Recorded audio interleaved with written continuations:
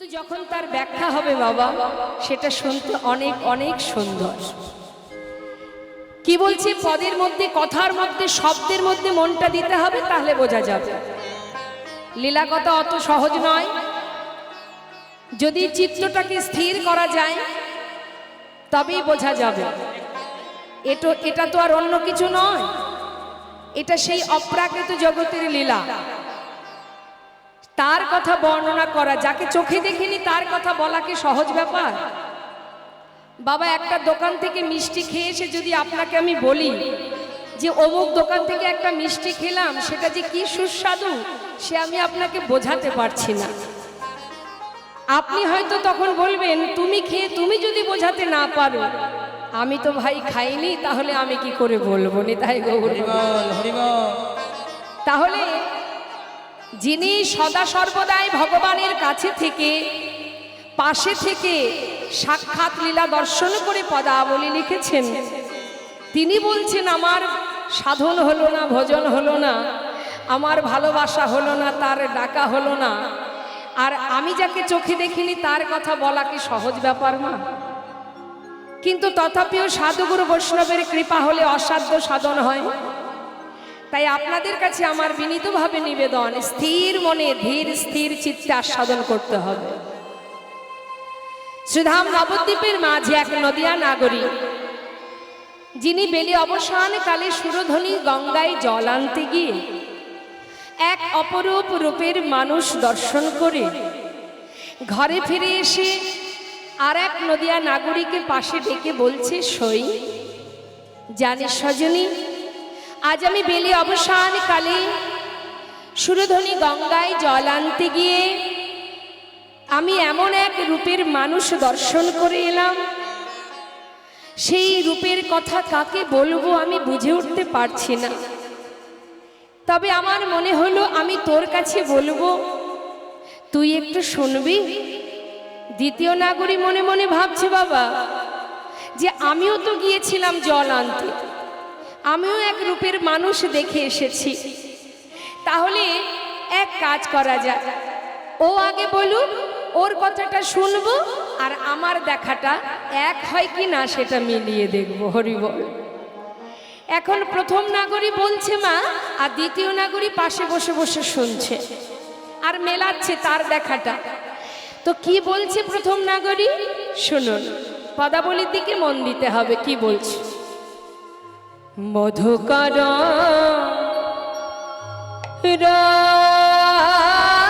রঞ্জিত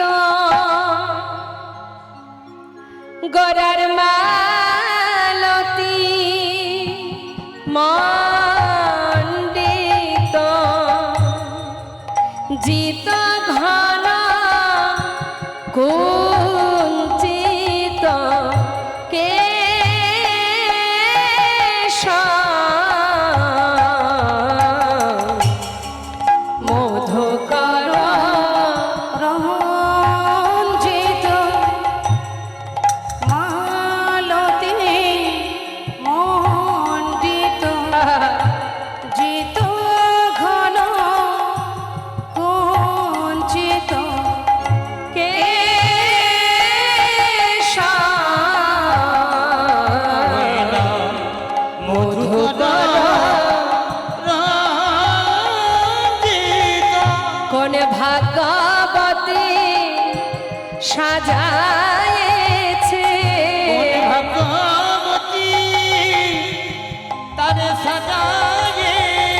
কোন ভাগবতী সাজায়েছে, কোন ভাগবতী সাজায়েছে, ওই না মালতীর মালা দিয়া কোন ভাগবতী সাজায়েছে,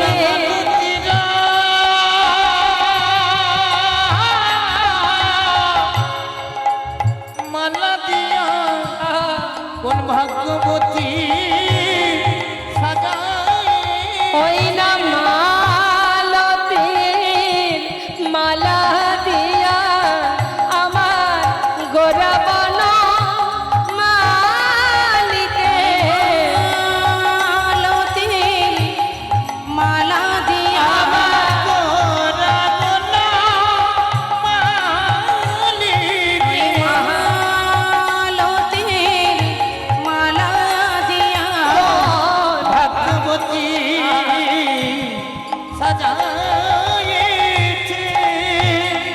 বলছে মা?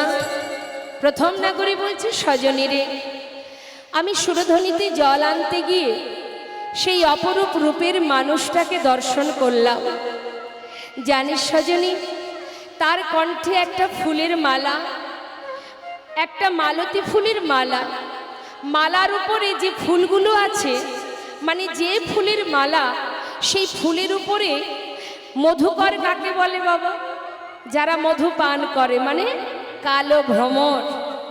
এই মৌমাছি অর্থাৎ ভ্রমর, তারা ফুলের উপরে বসে এমনভাবে মধু পান করছে, দেখলে যেন মনে হচ্ছে এটা মালতী ফুলের মালা নয়, মধুকর দ্বারা রঞ্জিত, অর্থাৎ মধুকর দ্বারা গাঁথা এই মালা। সজনী, যখন দেখলাম এক ফুল থেকে উড়ে আর এক ফুলে গিয়ে বসছে, তখন বুঝলাম এটা ভ্রমর দ্বারা রঞ্জিত নয়, মধুকর দ্বারা রঞ্জিত নয়, এটা মালতী ফুলের মালা। হরিবল হরিবল। জিত ঘন কুঞ্চিত কেশ, গৌরহরির মস্তকের যে চাচুর চিকুর কেশ, সেই কুঞ্চিত অর্থাৎ কোচকানো যে কেশ, সেটা তো কালো, চাচুর চিকুর কালো কুঞ্চিত কেশ, সেই কালো কেশকে জয় করেছে এই মধুকর। বললেন জিত ঘন কুঞ্চিত কেশ, তাকে জয় করেছে এই কালো ভ্রমর। সজনী রে, সেই অপরূপ রূপের মানুষ দর্শন করে আমার বলিতে যা ছিল, নারীর নারীত্ব বলিতে যা ছিল, সবে তার চরণে সঁপে দিলাম। হরিবল হরিবল। ওরে ও সজনী, বল বল এখন আমার কি বা হবে? সজনী রে, সেই ভুবন ভোলা নগরা রূপে দেখি আমার যে ব্যাধি হলো, বল সজনী রে, কি আর করবো আমি? শুধু তাই নয় রে, আরো কি দেখলাম জানিস? শোন সজনী, আমি দেখলাম আহা আহা তিলা কবি বিনিন্দিত, গোরার শশধর রূপ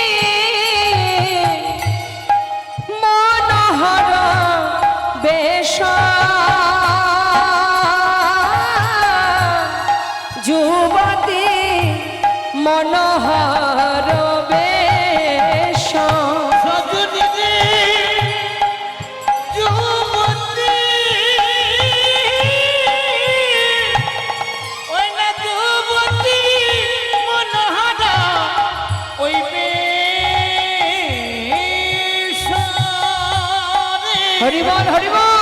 ওই না যুবতী মনোহর দেখলাম হরিচন্দনে সাজায়েছে, চন্দনে সাজায়েছে, আহা হরি বলা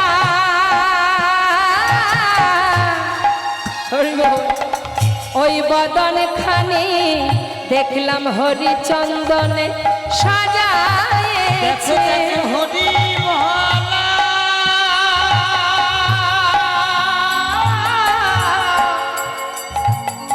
ওই বদন খানি দেখলাম হরি চন্দনে সাজায়েছে। হই না হরি বলা বদন খানি রাধা কৃষ্ণ একা প্রীতি। ও সেই রাসবিলাসের পরিণতি। কৃষ্ণ একা হরি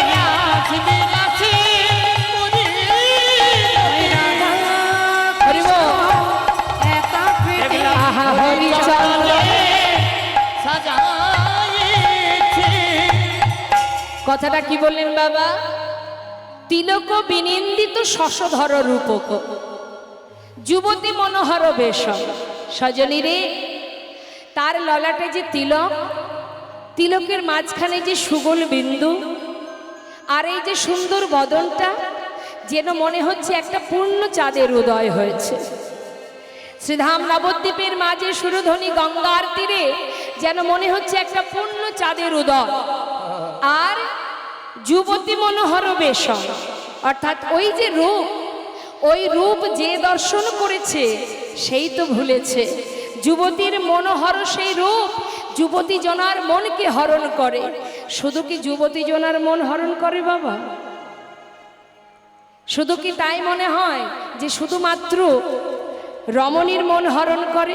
না, তাকে যে দেখেছে সেই তো ভুলেছে। শুধু আমার আপনার মতো হিন্দুর কথা বাদ দিন, কত মুসলমান ভক্ত বাবা যারা নিজেকে সঁপেছে গৌরকে দর্শন করে। যেমন সম্রাট আকবর, নাসির মামুদ, আব্দুল করিম, চাঁদ কাজী, যার সমাধি এখনও আপনারা দেখতে পাবেন।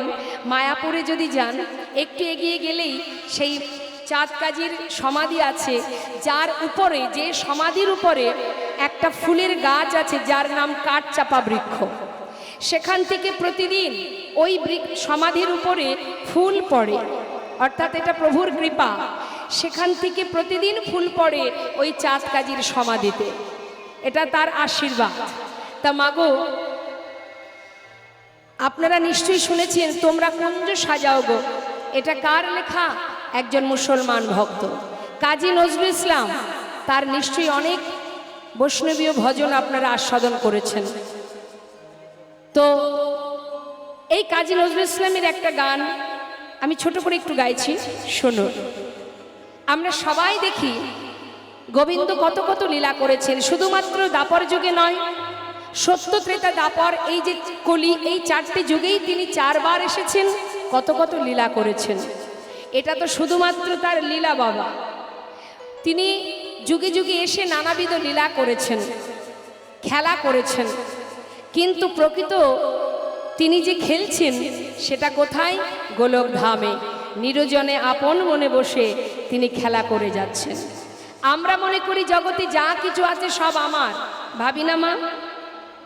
দেখবেন একটা কথা বাবা, যদি আমাদের জীবনে কষ্ট আসে আমরা ভগবানের দিকে হাত তুলে দিই, তুমি কষ্ট দিলে, বলি না? আমাদের জীবনে যদি কোনো আঘাত আসে তখন কি করি? ভগবানকে আমরা দোষারোপ করি। যদি কোনো ক্ষয়ক্ষতি হয়ে যায় আমাদের জীবনে, আমরা বলি তুমি করেছো, তুমি কষ্ট দিয়েছো, তুমি কেড়ে নিয়েছো, তাই না? তাহলে জীবনে আঘাত এলে, কষ্ট এলে দায়ী কে বাবা? ভগবান। যখন সংসারে কোনো কিছু উন্নতি হয় বা কোনো ভালো কিছু হয় তখন আমরা কি বলি? তখন বলে আমি করেছি, আমি করেছি তাই পেয়েছো, এটা আমি না করলে পেতে না। দেখবেন অনেকে বলে এটা আমার দ্বারা হয়েছে বলে আজ এত আনন্দ, এটা আমি করেছি। অর্থাৎ ভালো কিছু করলে আমি করেছি, আর খারাপ কিছু হলে ভগবান দায়ী। এটা তো হয় না। হয় কি? তোমার কর্ম অনুযায়ী তুমি ফল পাচ্ছ, তোমার জীবনের কষ্টটা এটা তার জন্য তুমি দায়ী, অন্য কেউ নয়। জেনে রাখবে, জীবনে তুমি হাজার কষ্ট করে যদি কিছু পাও, জানবে সেটা তার কৃপা, তাই তুমি পেয়েছো। আর হাজার চেষ্টা করে যদি কিছু না পাও, তাহলে জানবে সেটা তার ইচ্ছা। এই দুটো শব্দ মাথায় রাখতে হবে, এই দুটো শব্দ আমাদের জীবনে মনে রাখতে হবে। যা কিছু আমরা পেয়েছি সেটা তার কৃপা, আর যেটা চেষ্টা করেও পাচ্ছি না সেটা হলো তার ইচ্ছা। সে আমাকে দিচ্ছে না কারণ তাতে আমার ভালো হবে না। নিতাই গৌর হরি বল। তাই তিনি দিচ্ছেন না, তিনি যেটাই করেন সেটা জীবের মঙ্গলের কারণে। আজ সেই করুণাময় আপন মনে নিরজনে বসে যার সৃষ্টি এই ধরা, যিনি সৃষ্টিকর্তা, যিনি আমাদের সৃষ্টি করেছেন, সেই লয় আর প্রলয়ের মালিক যিনি অনাদির আদি, যিনি বসে বসে নিরজনে খেলা খেলছেন। তাই তো কাজী নজরুল ইসলাম, যিনি বিদ্রোহী কবি, তিনি এই গানটি বেঁধেছিলেন মা আমাদের মতো জীবকে শেখানোর জন্য, বোঝানোর জন্য। খেলিছ এ বিশ্বলয়ে বিরাট শেষ আনমনে খেলিছ এই বিশ্বলয়ে বিরাট শিশু আনমনে খেলিছ। প্রলয় সৃষ্টি তব পুতুল খেলা, নিরজনে প্রভু নিরজনে খেলিছ এই বিশ্বলয়ে বিরাট শিশু আনমনে খেলিছ।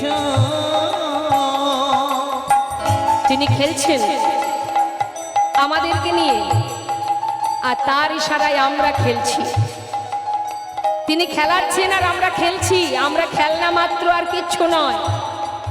যখন খুশি তিনি প্রলয় করতে পারে, যখন খুশি সৃষ্টি করতে পারে। তোমার দ্বারা কিছুই সম্ভব নয়। এত অহংকার আমাদের কিসের? এই করেছি ওই করেছি, তুমি কিছুই করনি। তিনি দিয়েছে তাই তুমি পেয়েছ, কারণ তিনি সর্বেশ্বর, তিনি শ্রেষ্ঠ। তাই বলছে কোথায় বসে খেলছে জানো? তোমার ধরা ছোঁয়ার বাইরে। হরি বল। কোথায়? শূন্যে মহা আকাশে তুমি মগ্ন লীলা বিলাসে। শূন্যে মহা আকাশে তুমি মগ্ন লীলা বিলাসে। শূন্যে মহা আকাশে তুমি মগ্ন লীলা বিলাসে। ভাঙিছ গড়িছ নীতি ক্ষণে ক্ষণে, নিরজনে প্রভু নিরজনে খেলিছ এই বিশ্বলয়ে বিরাট শিশু আনমনে খেলিছ। হরি বল। আহা, তা তিনি যে খেলছেন তার খেলনাগুলো কি মা? আমরা যখন খেলা করি আমাদের অনেক খেলনা থাকে তো, হ্যাঁ? তা ভগবানের যে খেলনা সেগুলো কি? হরে কৃষ্ণ। শুনে নিন কি কি খেলনা। কি বলছে?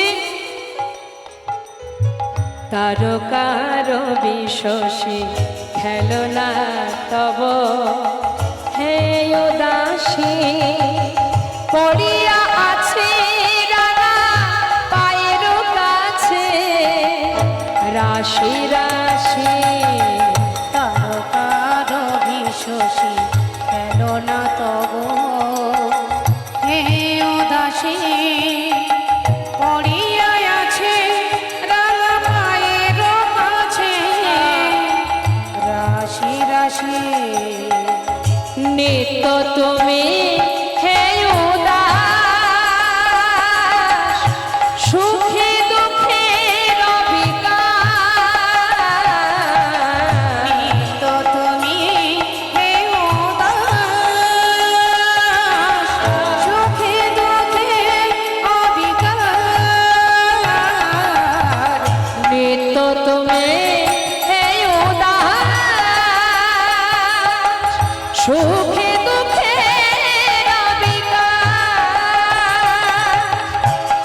হাসিছ খেলিছ তুমি আপন সনে নিরজনে প্রভু নিরজনে খেলিছ তাই গৌর হরি বল, হরি বল।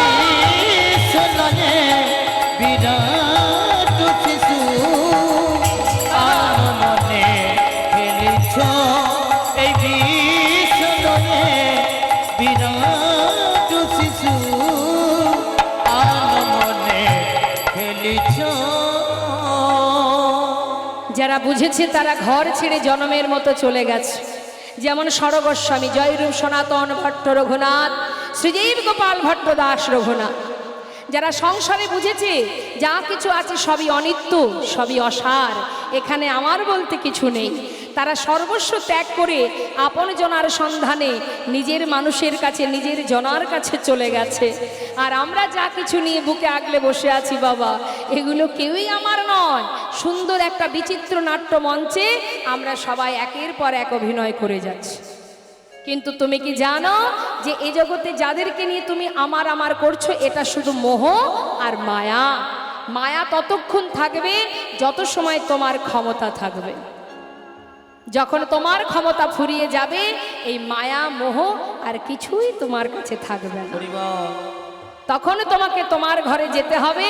কিন্তু সময় চলে গেলে কি যাওয়া যাবে? অসময়ে পৌঁছানো যাবে বাবা? একজন বৃদ্ধ বাবা, যিনি উপরতলায় 3 তলার ব্যালকনিতে বসে সকালবেলা চা পান করছে, আর তারই সামনে দিয়ে রাস্তা দিয়ে একটা 8 বছরের বালক জপের মালা হাতে নিয়ে মালা জপ করতে করতে সকালবেলা যাচ্ছে রাস্তা দিয়ে। এখন হঠাৎ চিৎকার করে সেই বৃদ্ধ বাবা বলে উঠলেন, এই খোকা, এত তাড়াতাড়ি এই পথে নেমে গেলি? আহা! তখন সেই বাচ্চাটি উত্তর দিচ্ছে, দাদু গো, শুনেছি জগতে যা কিছু আছে এগুলো নাকি আমার নয়। আমার ঠিকানা, আমার ঘর, আমার আপন জন, সে নাকি এখানে নয়, গোলক ধামে, বৃন্দাবনে। তাই মাতা পিতা গুরুজন তাদের কথা মতো সকাল সকাল পথে নেমেছি, যাতে তাড়াতাড়ি সেই আপন ঘরে ফিরে যেতে পারি। কিন্তু দাদু, তোমার যে আর সময় নেই। তুমি কবে এই পথে আসবে আর কবে তুমি সেখানে পৌঁছাবে? তোমার যে সময় শেষ, পথে চলতে গিয়ে হোঁচট খেয়ে পড়বে, আর তো তোমার সময় নেই। আর কবে নামবে, আসবে কবে এই পথে? এই পথে যে সবাইকে আসতে হবে। যে আগে থেকে আসবে সে পৌঁছে যাবে, সময় চলে গেলে কিছু হবে মা? সময় করিয়া পথটি ধরিয়া যেবা চলে দ্রুত গতি, সময়ের শেষে অনায়াসে সেজন চলে যায় আপন বাসতে। হরি বল। তাই কত ভক্ত আছে, হিন্দু মুসলিম, কত ভক্ত যারা নিজেকে গৌর চরণে সঁপে দিয়েছে, বুঝেছে আমাদের জীবনের একটাই পরিচয়, আমরা ভগবানের চরণের দাস, আর কিচ্ছু নয় আমাদের পরিচয়। এই ইহজগতের পরিচয় সে তো দুদিনের জন্য, আজ আছে কাল থাকবে না। যে পরিচয়টা আমি এখানে আসার পর পেয়েছি, সঙ্গে করে আনিনি, অর্থাৎ যাবার সময় এই পরিচয় এইখানে রেখেই আমাকে ফিরতে হবে। তাহলে আমার ঘর কোথায়, আমার ঠিকানা কোথায়, আমি কোথায়? মাথায় রাখতে হবে বাবা, এই জগতে যা কিছু আছে সবই আমার, কিন্তু আমি কোথায় বলতে পারেন? এই যে সুন্দর হরিবাসরে শ্রবণ করছেন, দর্শন করছেন, সাধু সঙ্গ করছেন, এই যে ভক্তি আস্বাদন করছেন, এটাই হলো আপনি, যাকে চোখে দেখা যায় না। এই যে শ্বাস প্রশ্বাস চলছে, এটা হলো আমি, এই দেহটা আমি নই। দেহের মধ্যে কোথায় আপনি আছেন দেখাতে পারবেন? দেখাতে পারবেন দেহের মধ্যে আপনি কোথায় আছেন? পারবেন না দেখাতে। তাহলে আপনি কোথায়? এখানে যা কিছু আছে, এই যে দেহটা, এটা তো আমার। তাহলে এই দেহটাকে পরিচালনা করছে কে? কে চালাচ্ছে দেহটাকে? সে হলো আমি।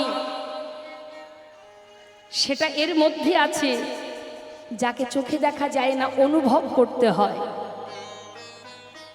সেই স্বয়ং চৈতন্য, সেই সাক্ষাৎ, সেই আমি, সেই পরমাত্মা, সেই ভগবান যে এখানে আছে, যার কৃপায় পেয়েছি আমি, সেটা যখন থাকবে না, জগতে আর কিছুই থাকবে না। বাবা, আমরা যে দৃশ্য, যে কোনো দৃশ্য আমরা দর্শন করি, একটু মন দেবেন মা, একটু গভীর কথা মন দেবেন। যখন কোনো কিছু আমরা দেখি, দেখি কি দিয়ে? চোখ দিয়ে, অর্থাৎ দর্শন। যা কিছু দেখি সেগুলো হচ্ছে দৃশ্য। দর্শন করছে কে? নয়ন।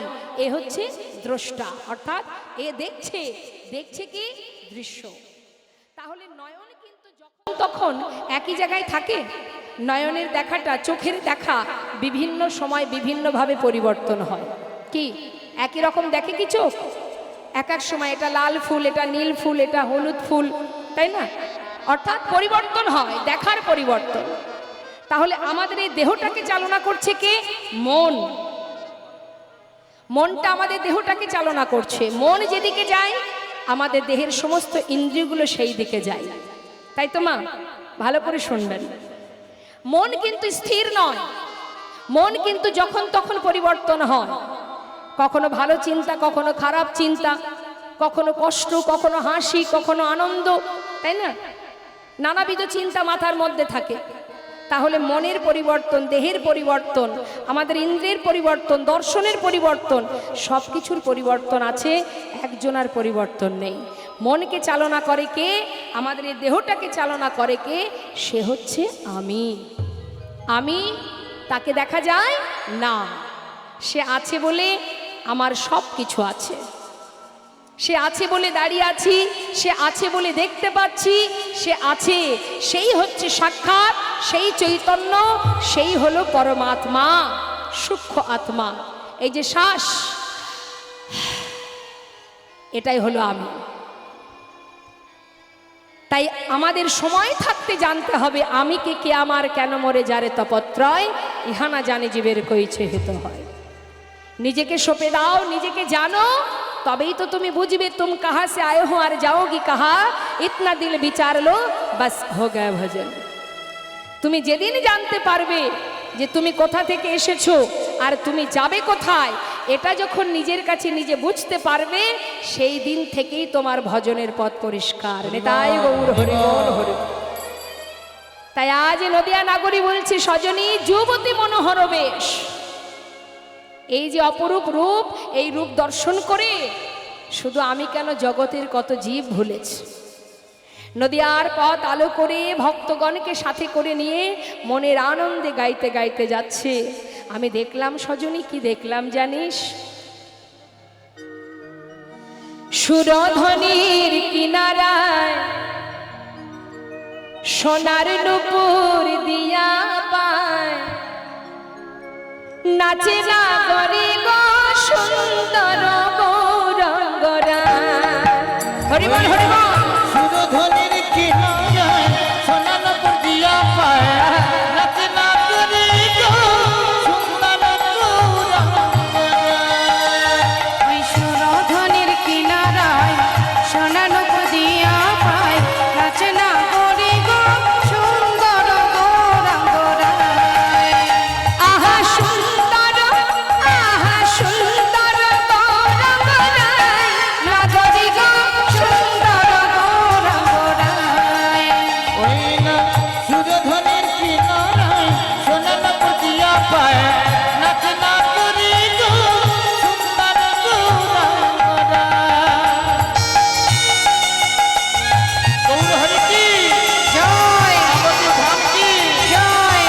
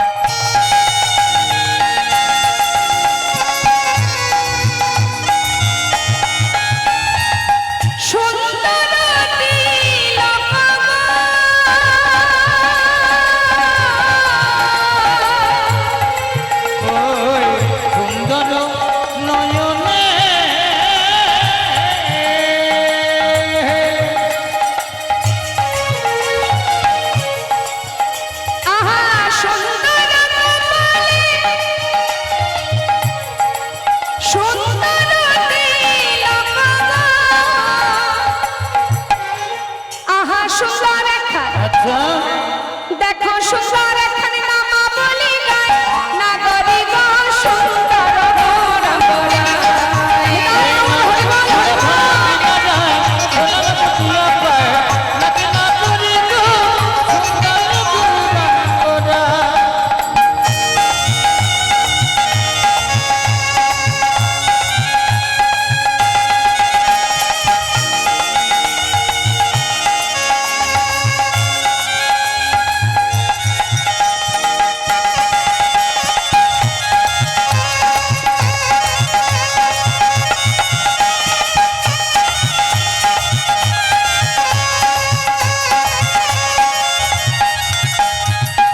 কি বললেন সুন্দর নয়নে চাই গো রাজার পানে গো ওই সুন্দর নয়নে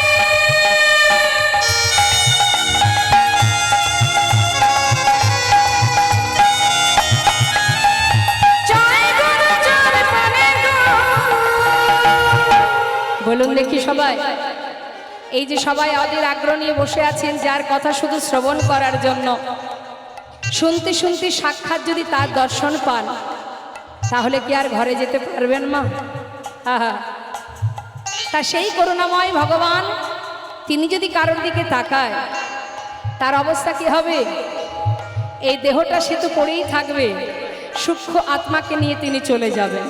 ও তার দেহ ছাইরা আহা দেহ ছাইরা মনটা লইয়া যায় নাগরি গো সুন্দর গৌরাঙ্গরা সুরধন কিনারায় সোনার দিয়া পায় রচনা করি গো সুন্দর গৌরাঙ্গরা সুন্দর গৌরাঙ্গরা আহা সুন্দর রাই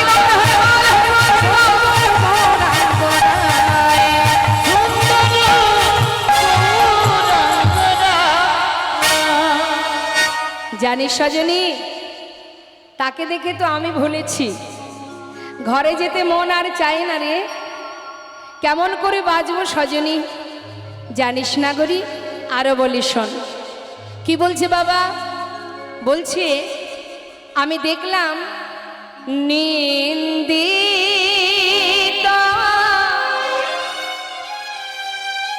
হাত গোরার কান্তি কালে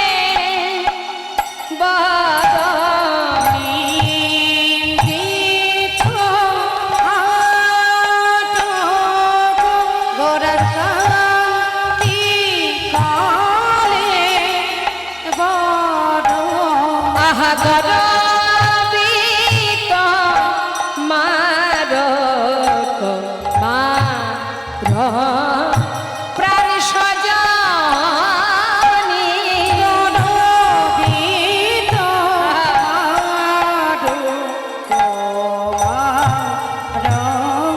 ওরে সজনী আমি কাঁচা সোনা কিসে বাগনে আমি কাঁচা সোনা কিসে বাগনে আমি কাঁচা সোনা কিসে বাগনে কাঁচা সোনা কিসে বাবনি আমার গৌরাঙ্গের রূপিলা বনি কাঁচা সোনা কিসে বাবনি অঙ্গে রূপলা বনে কাঁচা সোনা কিসে বাবনি গৌরাঙ্গে রূপলা বনে রাখো বানো হে মজিনে গৌরাঙ্গে রূপলা বনে রাখো বানো হে মজিনে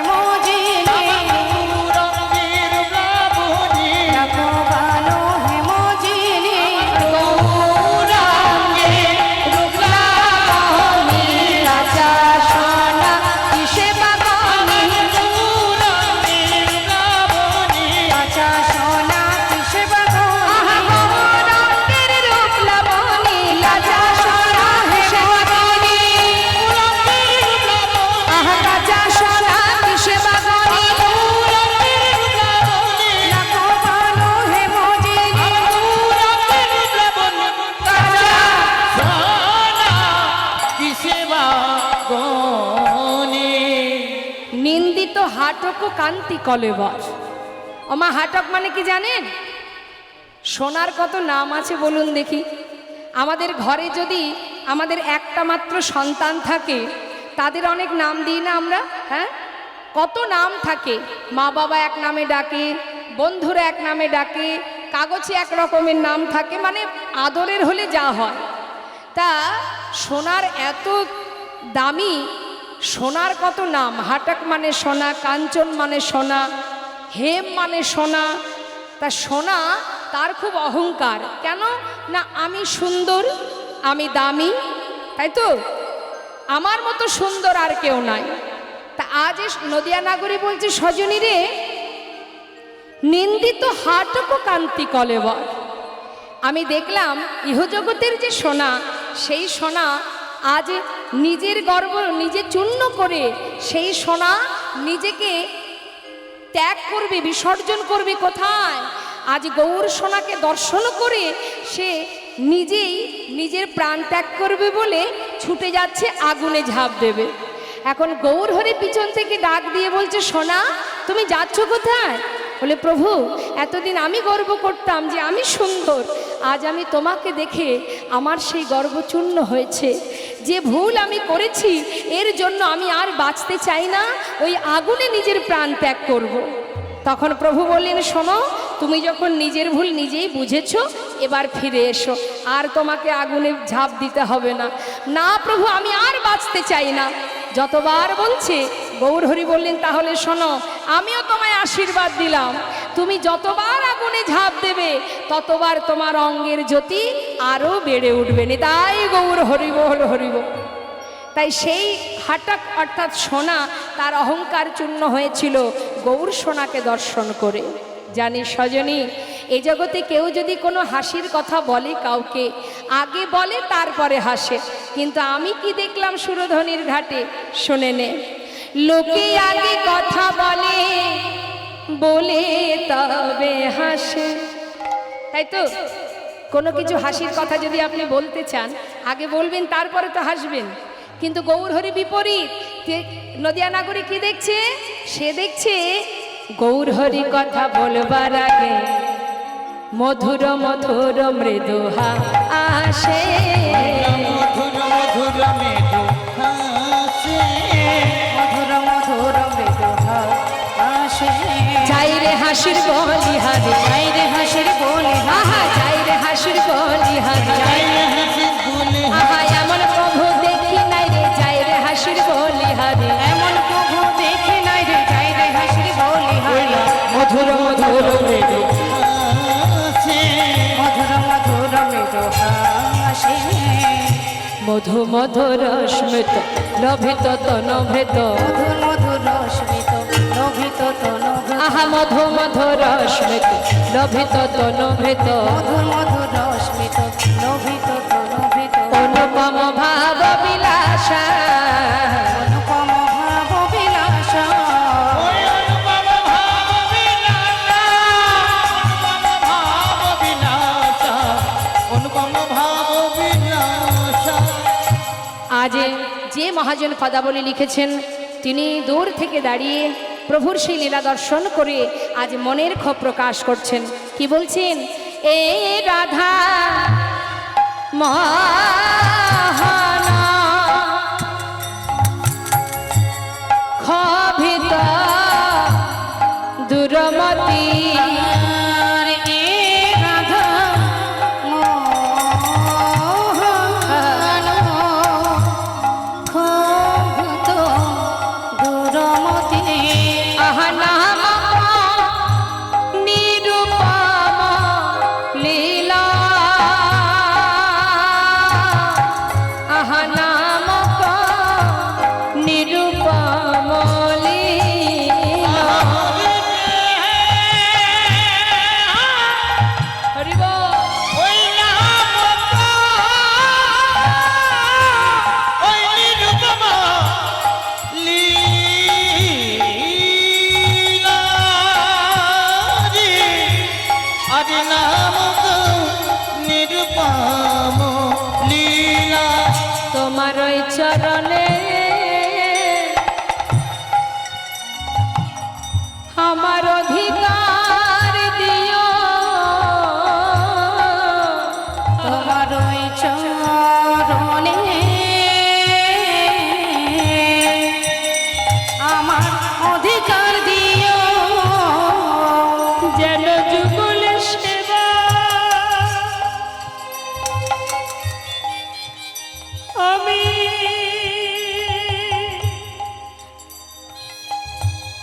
যুগল সেবা আমি করিতে পারি,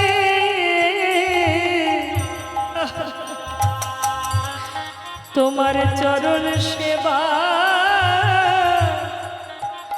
আমায় অধিকার দিও।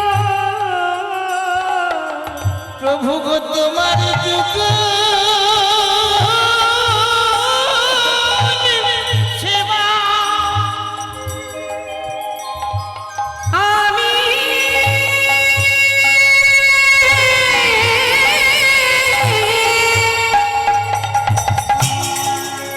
যেন করিতে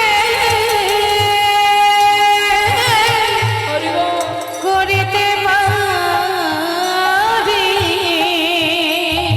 আমি আর কিছু চাই না প্রভু, সেবার অধিকার দিও। কিছু চাই না প্রভু আমায় যুগল সেবার অধিকার আমি দিও। সেবার অধিকার দিও। আর তো কিছু চাই না প্রভু যুগল সেবার অধিকার দিও। তোমার চরণে অধিকার দিও। আহা নামক নিরুপম লীলা, ওই নিরুপম লীলা আজ নামক নিরুপম লীলা। মহাজনী পদাবলী দিয়ে আমরা গৌর কথা শ্রবণ করলাম। এবার আমরা সবাই চলে যাব বৃন্দাবনে, মধুর মধুর ভগবানের সেই লীলা সদনে। তা চলুন যাই আমরা সবাই উলুধ্বনি হরিধ্বনি করে বৃন্দাবনের রাজার জয় দিতে দিতে চলে যাব। কে রাজা বৃন্দাবনে মা? জোরে বলুন। রাধে রাধে। তা চলুন আমরা সবাই রাধা নাম গাইতে গাইতে বৃন্দাবনে প্রবেশ করি। তারপরে আমরা রাধানি বদনে ভগবানের মধুর কথা রূপের কথা আস্বাদন করব। দুটি বাহু তুলে নিতাই গৌর হরি বল জয় রাধেশ্যাম রাধে রাধে। রাধে বৃন্দাবন ধাম আচ্ছা অপার, জপে যা রাধে রাধে। সবাই মিলে হাতে তালি দিয়ে একসঙ্গে রাধেশ্যাম রাধে রাধে। রাধে রাধে।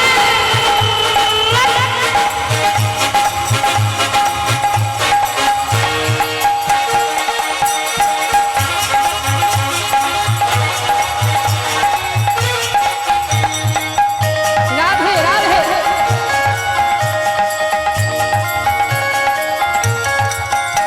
বৃন্দাবন ধাম বৃন্দাবন ধাম অপার, জপে যা রাধে রাধে। বৃন্দাবন ধাম বৃন্দাবন ধাম অপার, জপে যা রাধে রাধে। জপে যা রাধে রাধে, ভজে যা রাধে রাধে। জপে যা রাধে রাধে, ভজে যা রাধে রাধে। রাধে अलबेली अच्छा। राधे अलबेली सरकार, जपे राधे राधे राधा कलबेली राधा कलबेली सरकार, जपे राधे राधे।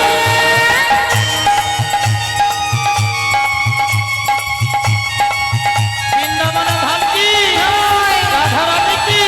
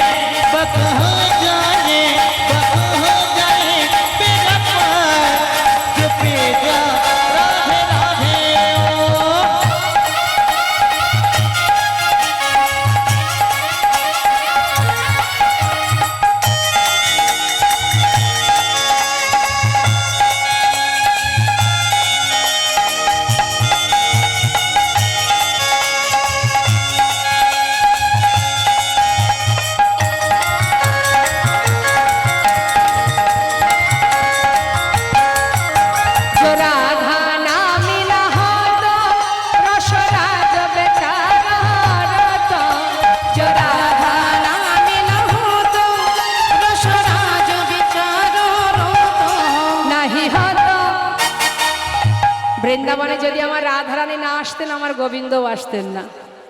নাহি হত কৃষ্ণ অবতার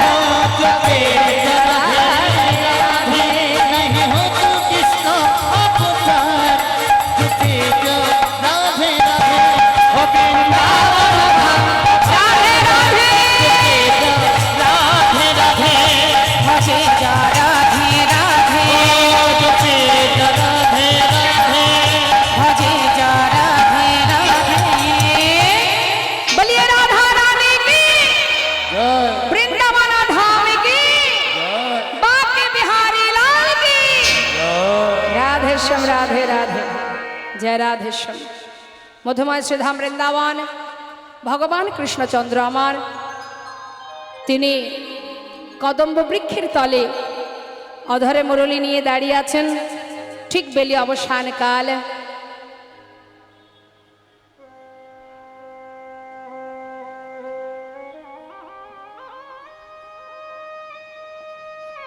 श्रीमती राधारानी शोकबिष्टित हुए গিয়েছিলেন শ্রী যমুনায় জল আনতে। অপরূপ সেই রূপের মানুষটাকে দর্শন করে আজ ঘরে ফিরে তার সখীদের কাছে তার মনের কথা প্রকাশ করছে। আগে আমাদের জানতে হবে রূপ কাহাকে বলে, কাকে বলে রূপ। দেখবেন আমরা যদি একটু সেজে গুজে থাকি তবেই দেখতে ভাল লাগে, না হলে কেউ তাকাবেই না আমাদের দিকে। তাই আমাদের কত গর্ব হয় আমি সুন্দরী। দেখবেন আছে অনেকে, শুধু যে টাকা পয়সায় অহংকার হয় তা কিন্তু নয় বাবা, রূপেরও অহংকার হয়।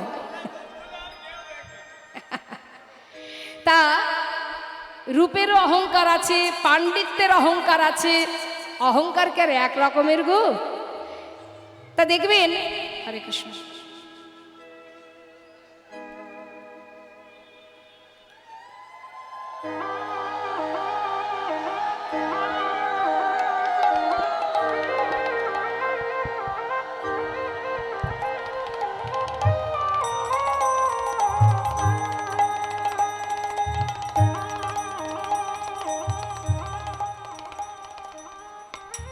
তা আমাদের জানতে হবে মা, আমরা আমাদের রূপ নিয়ে গর্ববোধ করি, কিন্তু এর থেকেও রূপ আরও আছে।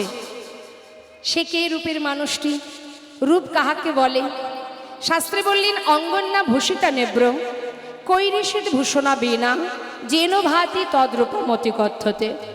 অর্থাৎ কোনো অঙ্গে, যে অঙ্গে কোনো দামি বসনভূষণ নেই, দামি কোনো অলংকার নেই, তথাপিও সেই অঙ্গ সেই দেহ সুন্দর হতেও সুন্দরতম দেখায়, সেই তো প্রকৃত রূপ।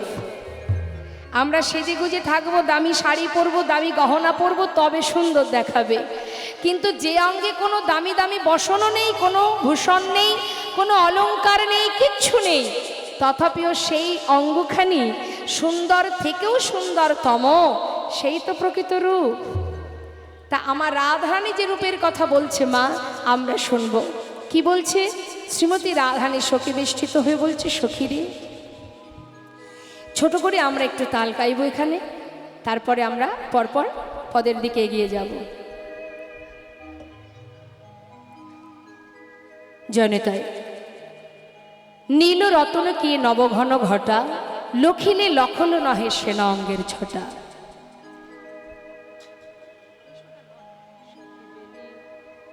সখী বেলিয়স